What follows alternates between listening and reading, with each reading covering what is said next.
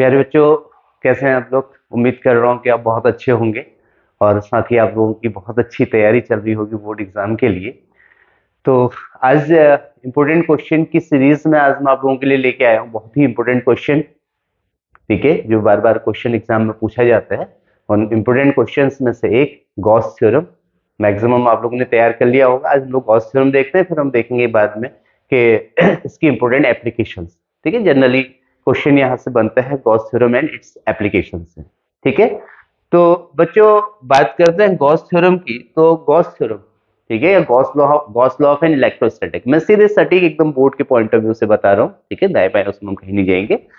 तो हमारे पास देखो क्वेश्चन एग्जाम में आता है state and proof Gauss theorem या Gauss law for an electrostatics. State and proof Gauss law for an electrostatics. ठीक है, देखो बच्चों, Gauss law of an electrostatics हमारे पास, मान लो हमारे पास कोई एक स्टेशनरी चार्ज है। आप ध्यान से समझे, ये हमारे पास क्या है? स्टेशनरी चार्ज है।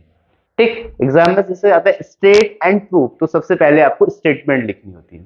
ठीक, गॉस थ्योरम की स्टेटमेंट कहती है, क्या कहती है? The net electric flux passing through a closed surface is 1 upon epsilon naught times of charge enclosed by it. Means the net flux, किसी closed surface से पास होने वाला इलेक्ट्रिक फ्लक्स कितना होता है? phi e।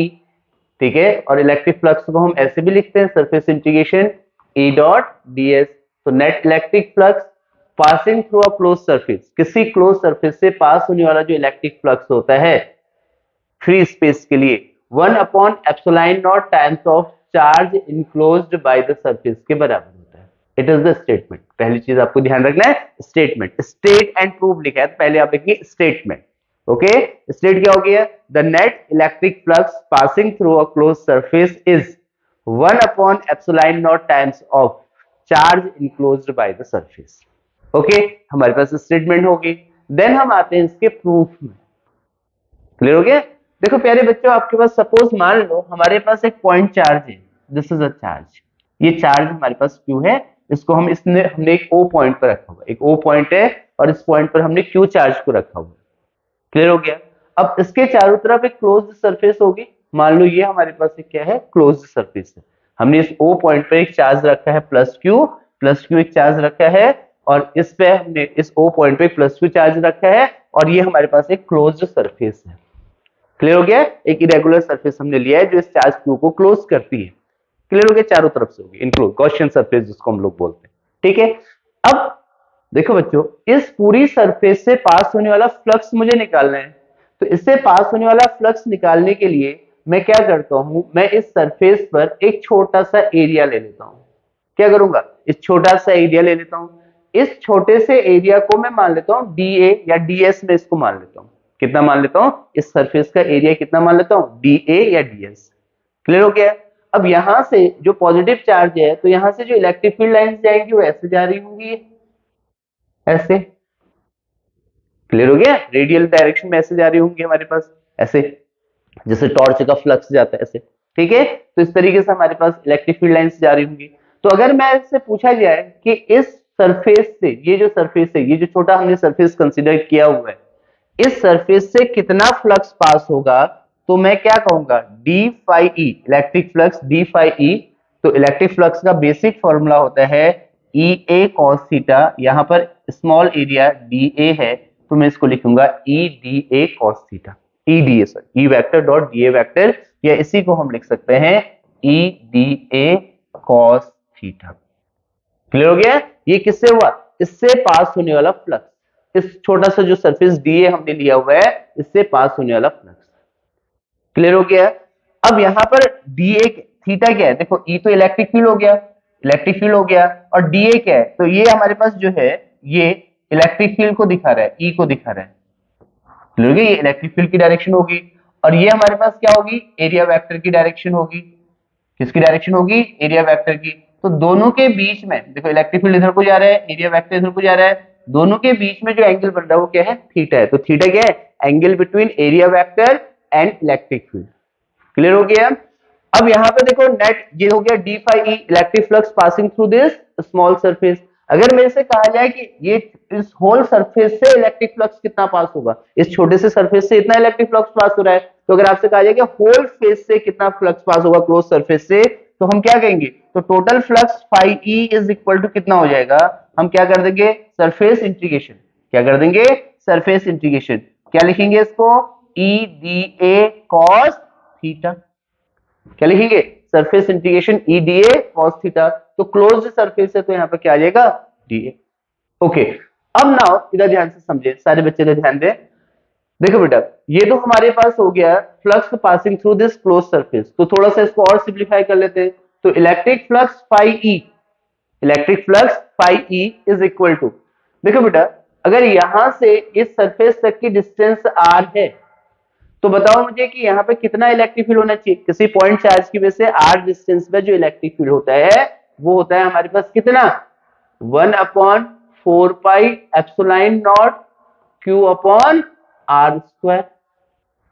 ओके, अब इनटू साथ में हमारे पास क्या है, डी ए कॉस थीटा, ये वैसे ही रहेगा, इसी को लिखेंगे फर्दर तो हमारे पास क्या हो जाएगा, phi E is equal to, electric flux phi E is equal to कितना फ्लक्स होगा, phi E is equal to, देखो बेटा 1/4 pi epsilon naught is common q upon r square, ये सारी चीजें क्या है, सॉरी, इस पूरी इक्वेशन को अगर आप देखें तो इस इक्वेशन में phi E is equal to, देखो Q upon 4 pi epsilon naught को हम बाहर ले सकते हैं, क्लियर हो गया, क्यू चार्ज है, चार्ज फिक्स चार्ज है, 4 पाई एप्सिलॉन नॉट हमारे पास क्या है, कांस्टेंट है, ये कांस्टेंट हो गया।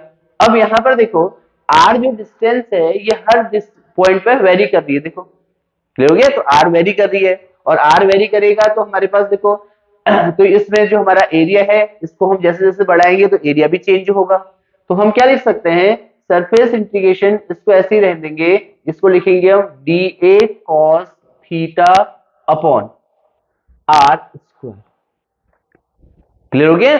अब यहां पर अगर आप इस d A cos theta upon r square term को देख रहे होंगे तो आपको कुछ 11th का ध्यान आ रहा होगा, वहां पर हमने एक कॉन्सेप्ट पढ़ा था सॉलिड एंगल, याद है, मैंने आपको बताया था 11th क्लास में बताया था कि जैसे सॉलिड एंगल क्या होता है, जैसे ये कोन है देखो, ठीक है, आपने आइसक्रीम की कोन देखी होगी ना, आप कहेंगे सर जाड़ों में आइसक्रीम की याद दिला दिए हैं, तो इधर देखो ये हमारे पास, देखो ये कोन है हमारे पास, क्लियर हो गया, ये कोन है, तो इस कोन के सेंटर पे जो एंगल बनेगा उसको हम क्या बोलेंगे, सॉलिड एंगल, देखो ये सरफेस है, एंगल क्या होता है, एंगल क्या होता है, स्लोप बिटवीन टू लाइंस को हम एंगल कहते हैं, तो यहाँ पर देखो सरफेस है, तो सरफेस जो सेंटर पे एंगल बनाती है उस एंगल को हम क्या बोलते हैं, सॉलिड एंगल कहते हैं, क्लियर हो गया। तो अब इस सॉलिड एंगल के लिए यहाँ पर देखो d A cos theta upon r square हो गया सॉलिड एंगल, तो इसको हम लिखते हैं d E is equal to q upon 4 pi epsilon naught, हमारे पास बाहर आ जाएगा, इसको हम ऐसे लिखेंगे इंटीग्रेशन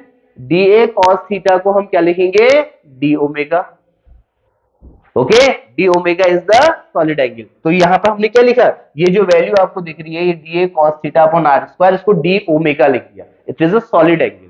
अब बच्चों, प्यारे बच्चों ध्यान से समझो, पूरा अगर क्लोज सरफेस है, 3 डायमेंशनल फिगर है, तो पूरा जो क्लोज सरफेस है वो कितने का एंगल बनाएगा, वो बनाता है 4 पाई का एंगल, आप समझ रहे हैं, 3 डायमेंशन में कितने का एंगल बनेगा, 4 पाई का एंगल बनेगा, तो आपको कुछ नहीं करना है, सिंपल सा हम क्या लिख सकते हैं इसको, phi E is equal to q upon 4 pi epsilon naught, यहाँ पर इंटीग्रेशन ऑफ डी ओमेगा किसके बराबर हो जाएगा, 4 पाई के इक्वल हो जाएगा, आप 4 पाई से 4 पाई कैंसिल आउट कर दीजिए, तो हमारे पास क्या आ गया, phi E is equal to 1/एप्सिलॉन नॉट टाइम्स ऑफ क्यू हो गया, क्लियर हो गया, इसको हम क्या कहेंगे, गॉस थ्योरम, ठीक है, हेंस प्रूव्ड हो गया, समझ गए आप लोग। तो इस तरीके से अगर आप देखेंगे, एक बहुत सिंपल सा क्वेश्चन है, बहुत ज्यादा टफ डेरिवेशन नहीं है, ठीक है, तो क्या हो गया, गॉस थ्योरम क्या होगी, the net electric flux passing through a close surface is कितना, 1/एप्सिलॉन naught times of charge enclosed by the surface के बराबर आ गया, ठीक है, तो ये इस तरीके से आप इस डेरिवेशन को कर सकते हैं। आज के लिए इतना ही, मैं नेक्स्ट वीडियो में आप लोगों के लिए एप्लीकेशंस ऑफ गॉस थ्योरम लेके आऊंगा, ठीक है, चलो आज इसको आप अच्छे तरीके से नोट कर लें, बोर्ड के लिए तैयार कर लें, ठीक है, आज